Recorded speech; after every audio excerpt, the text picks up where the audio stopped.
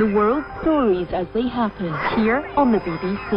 As I've been hearing from our correspondent in Delhi, Zubair Ahmed. That was our Europe correspondent, Chris Morris. The BBC's Samar Hussain is in New York. Now let's go straight to Moscow for the BBC's Daniel Sanford. And Daniel, here in the newsroom studio is Famil Ismail of our Russian service.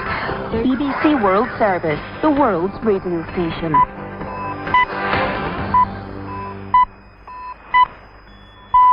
I'm Jackie Leonard, and this is the newsroom at 23 hours GMT.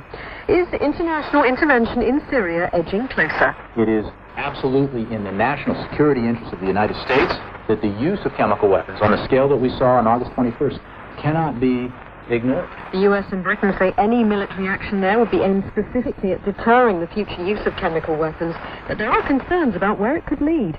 One of the greatest problems of all military planning is that if you take the first step, you better be prepared for step 2 and 3, and you better know what they are. And it's not clear at the moment that we do know what step 2 or 3 might be. In other news, a former bank executive in the United States who used government bailout money to buy a house.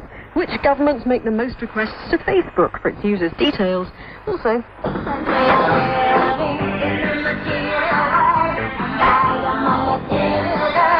how Madonna became last year's highest earner in show business. That's here on the newsroom. BBC News with Charles Carroll. The White House says if President Obama authorizes military intervention against Syria, it will be solely in response to last week's apparent chemical weapons attack on the outskirts of Damascus. Earlier, the U.S. Defense Secretary Chuck Hagel said U.S. armed forces were ready for military action. From Washington, here's David Willis. There's a growing sense the United States is preparing for the possibility of a military strike against Syria.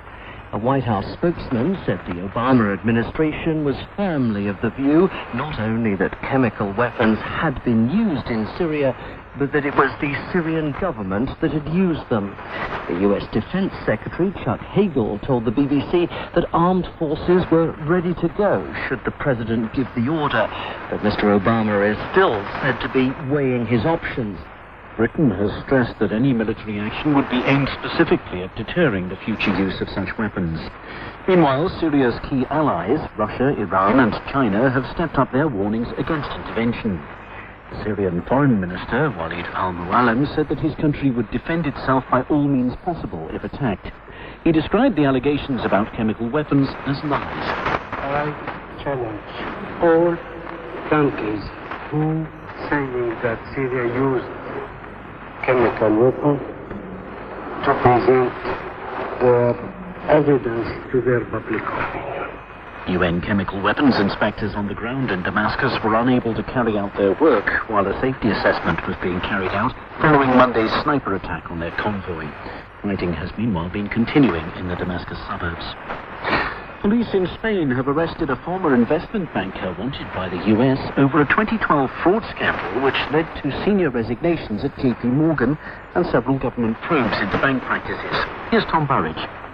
Javier Martín Artajo, a former investment banker at JP Morgan Chase, handed himself in to police in Madrid.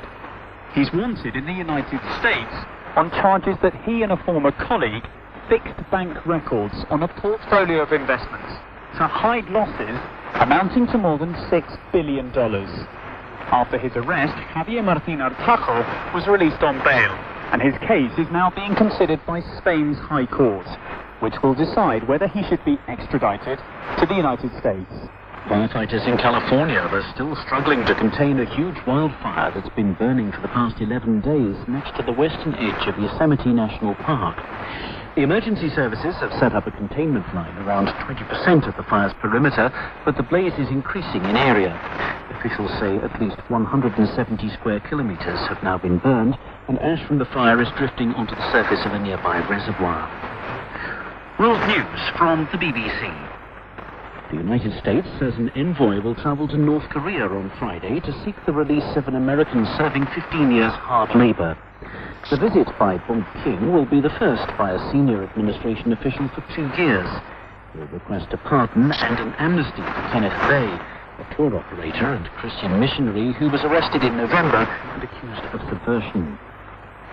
The social media website Facebook says governments across the world sought information on 38,000 of its users during the first half of this year. but more than half of the requests made by the United States.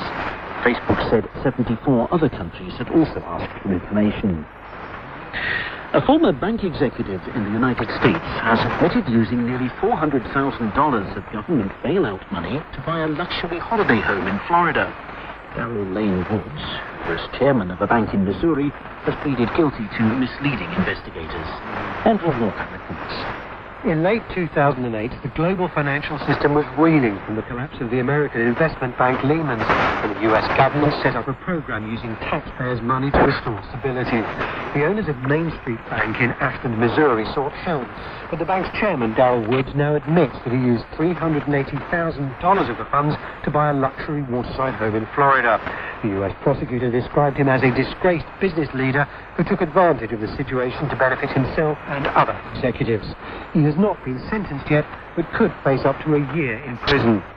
Police in Russia have confiscated a painting of the Russian president and prime minister in women's underwear from an art gallery in the city of St. Petersburg. Officers seized the painting, which depicts President Putin combing the hair of the prime minister, Dmitry Medvedev, along with two other pictures poking fun at conservative MPs who had been at the forefront of a campaign to introduce Russia's controversial anti-gay legislation. BBC News.